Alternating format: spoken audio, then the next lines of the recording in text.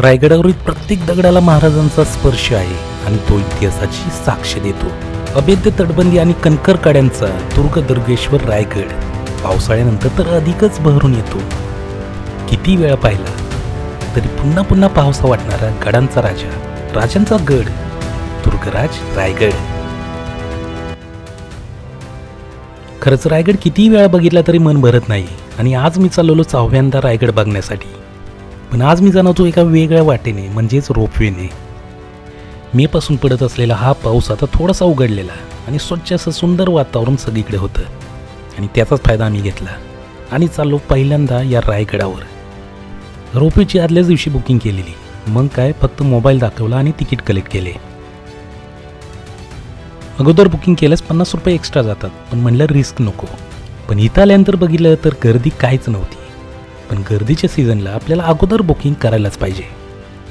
Ticket घेतले, शेजारच्याच हॉटेलला मस्तपैकी नाश्ता केला आणि थांबलो रांगेमध्ये.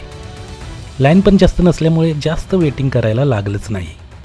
रोपवेच्या या सुरुवातीच्या काळापासूनचे फोटो बघत बघतच 5 ते 10 मिनिटातच आमचा नंबर लागला आणि आम्ही आलो आता या रोपवेमध्ये बसण्यासाठी. रोपवेच्या 2 लाईन चालू असतात, ब्ल्यू लाईन आणि रेड लाईन. आणि मध्यभागी हा छत्रपती शिवाजी महाराजांचा सुंदर असा हा पुतळा. छत्रपती शिवाजी महाराजांच्या पुतळ्याला वंदन करून आम्ही आमच्या लाईनमध्ये थांबलो आणि शेवटी आमची सुद्धा रेड कलरची रोपवे आली. फर्स्ट टाइम रोपवेमध्ये बसणारे सर्वजण भरपूर असे एक्सायटेड होते. बलाढ्य असा हा दुर्गराज रायगड हा रोपवे आम्हाला 5 ते 10 मिनिटातच नेणार होता वरती. सकाळच्या सुंदर वातावरणात फायनली आम्ही या रोपवेमध्ये बसलो. आमच्या समोर आणखीन 3 मुली बसल्या होत्या. म्हणजेच एका डब्यामध्ये 6 जण बसवले जातात. असे 4 डबे एका लाईनला अटॅच असतात. कल्पनेपेक्षाही खूपच स्मूथली हा प्रवास होता. त्यामुळेच मनात कुठलीही भीती आमच्या आली नाही. खरंच इतका स्मूथली प्रवास करत करत निसर्गाचा सुंदर अनुभव घेत घेत कधी बी या 5 मिनिटात वरती आम्ही पोचलो कळलं सुद्धा नाही. आणि तयार झालो हा दुर्गराज रायगड बघण्यासाठी. या रोपवेमुळे 100% एनर्जी आमची बाकी होती आणि ही एनर्जी आम्हाला घालवायची होती हा दुर्गराज रायगड बघण्यासाठी. सुरुवातच झाली आमची या सुंदर आणि पिवळ्या अशा सोनकीच्या फुलांनी. सगळीकडे ही सोनकीची फुले सुंदर अशी भरलेली आम्हाला दिसून आली. 150 घरं बांधण्यासाठी एवढे मोठमोठे दगड या रायगडावरती आणले कसे, आणले कुठून? रायगडचा इतिहास असा व्यवस्थित जाणून घ्यायचा असेल तर असे गाईड तुम्ही घेऊ शकता. पायऱ्या चढून वरती आल्यानंतर पहिल्यांदा आपल्याला दिसतात उजवीकडे अष्टप्रधान मंडळांच्या घरांचे अवशेष आणि डावीकडे राण्यांचे महाल. इथं आपल्याला छत्रपती शिवाजी महाराजांच्या 6 राण्यांचे महाल आपल्याला दिसून येतात आणि त्याच्याच समोर होते धान्याचे कोठार. हे धान्याचे कोठार सुद्धा बघण्यासारखे होते, कारण हे कोठार भले मोठे आणि प्रचंड असे होते. युद्धाच्या काळात बरेच असे धान्य सगळ्यांना पुरावे याचा बंदोबस्त हे धान्याचे कोठार करायचे. यावेळेस मात्र हे धान्याचे कोठार मला खूपच जवळून बघायला मिळाले. खरंच किती दूरदृष्टीने हे सर्व बनवलं असेल त्यावेळेस. त्यानंतर तसंच पुढे आलो आणि आपल्याला दिसतो छत्रपती शिवाजी महाराज यांचा राजवाडा. या ठिकाणी येऊन वंदन केल्यानंतर की वेगळंच समाधान मनाला लाभतं. त्यानंतर गड बघत बघत तसंच पुढे आलो आणि गडावरचं सर्वात महत्त्वाचं ठिकाण आम्हाला दिसलं, म्हणजेच खलबतखाना. गुप्त चर्चा करण्याची जागा म्हणजेच हा खलबतखाना. आज जाऊन बघितल्यानंतर बराच मोठा असा हा खलबतखाना आम्हाला बघायला मिळाला. शिलेदार या वेब सिरीजमध्ये सुद्धा बरंच काही या खलबतखान्याबद्दल आपल्याला बघायला मिळतं. त्यानंतर पुढे आल्यानंतर गडावरील सर्वात महत्त्वाची आणि सर्वात सुंदर अशी जागा म्हणजेच राजदरबार आपल्याला बघायला मिळतो. याच ठिकाणी 32 मन सिंहासनावर छत्रपती शिवाजी महाराजांचा राज्याभिषेक झाला होता. 1 मन म्हणजे 40 किलो, असं 1280 किलो वजनाचं ते सिंहासन होतं. खरंच आजही हा राजदरबार दिमाखात उभा आहे. सनई चौघडे आणि नगारे वाजवण्याचं ठिकाण म्हणजेच हा नगारखाना.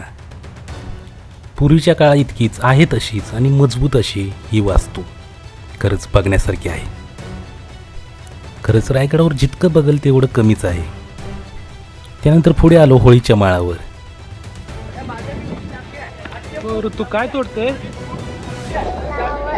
का? कुणासाठी? कुणाला द्यायला? महाराजांना? महाराजांना ठेवणार आहे इथं. छत्रपती शिवाजी महाराजांच्या पुतळ्यासमोर सुद्धा बरीच मोठी लाईन होती आणि ऋतूने सुद्धा महाराजांसाठी थोडीशी फुले तोडली आणि त्यांना अर्पण केली.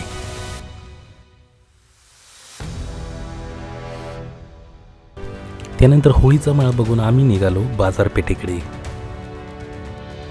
गडावरचा उंच भाग म्हणजे बालेकिल्ला.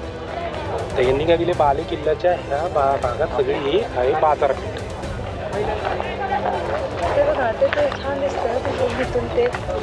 आज भरपूर अशी गर्दी या रायगडावर आपल्याला बघायला मिळत आहे आणि वेगळंच वातावरण आहे आज. अशा या स्वच्छ वातावरणात रायगड बघायला खरंच खूपच भारी वाटतं. नंतर ही बाजारपेठेमधील अशी वेगवेगळी ठिकाणं बघून आम्ही आता पुढे आलो आणि पुढे दिसलं आम्हाला हे टकमक टोक. गुन्हेगारांना कडेलोट करण्याचं ठिकाण म्हणजेच हे टकमक टोक. बाजारपेठेकडून जगदीश्वर मंदिराकडे जाताना आपल्याला हे टकमक टोक दिसून येते. टकमक टोकाच्या शेवटच्या टोकापर्यंत जाण्यासाठी आपल्याला 5 ते 10 मिनटं लागू शकतात. पण तिथून दिसणारं जे सुंदर असं वातावरण असतं ते काही वेगळंच.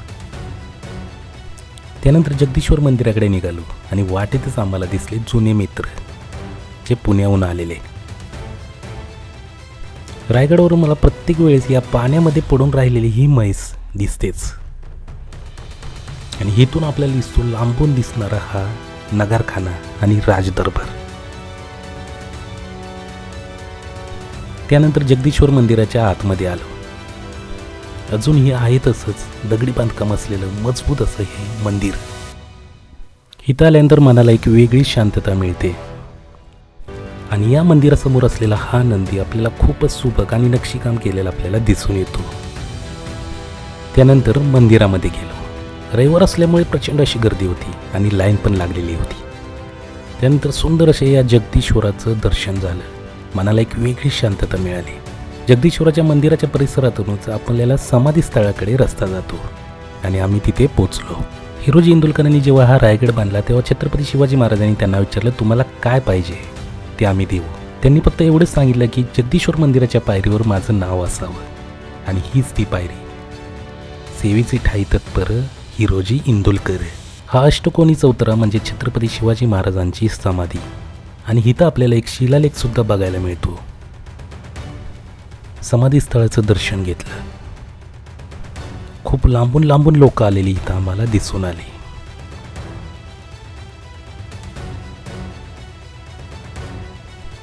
बाहेर पडलो आणि आता बऱ्यापैकी रायगड आता बघून झालेला आणि हिरवीगार अशी निसर्गसृष्टी आता बघायला चालू केली.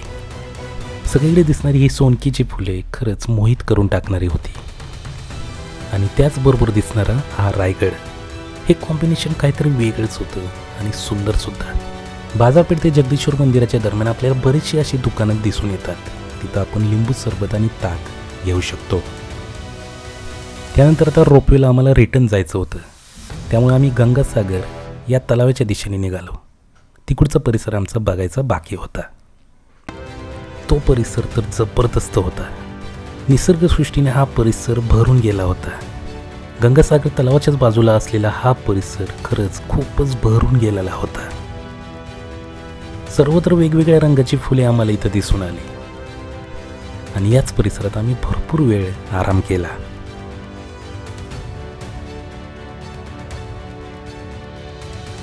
खरंच एवढी सर्व काही फुलं मी पहिल्यांदा या रायगडावर बघत होतो. पावसाळ्यानंतरचा हा रायगड खरंच खूपच जबरदस्त असा होता, भारीच. निळ्याशार स्वच्छ पाण्याने हा गंगासागर तलाव पूर्ण भरलेला होता. तिथून पुढे आम्ही हा पालखी दरवाजा बघितला, खूपच भारी आहे. आणि एका भिंतीतून जाणाऱ्या वाटेने वरती आलो. रायगडावर दिसणारे उंचचे उंच असणारे 2 सुंदर असे मनोरे आमचे बघायचे बाकी होते. ते आम्ही वरती येऊन बघितले. मनोऱ्यावरचं नक्षीकाम आणि बरंच काही बघितल्यानंतर आम्ही आणखीन वरती आलो आणि समोरच दर्शन दिलं आम्हाला या भल्या मोठ्या अशा या गोमने.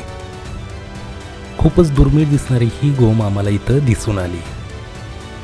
एवढी प्रचंड अशी ही मोठी गोम मी पहिल्यांदा बघत होतो. याचं इंग्लिश नाव आहे इंडियन टायगर सेंटिपेड. पावसाळ्यानंतर खरंच आपल्या या वेगवेगळ्या गोष्टी या रायगडावर आपल्याला बघायला मिळू शकतात. आता आमचा हा रायगड पूर्ण बघून झालेला आणि आम्ही चाललो रोपवेच्या दिशेने.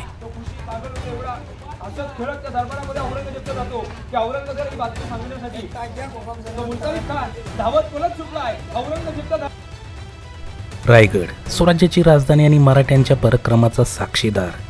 रायगडाने अनेक ऐतिहासिक घटना पाहिल्या आहेत आणि तो मराठ्यांच्या शौर्याची आठवण करून देतो.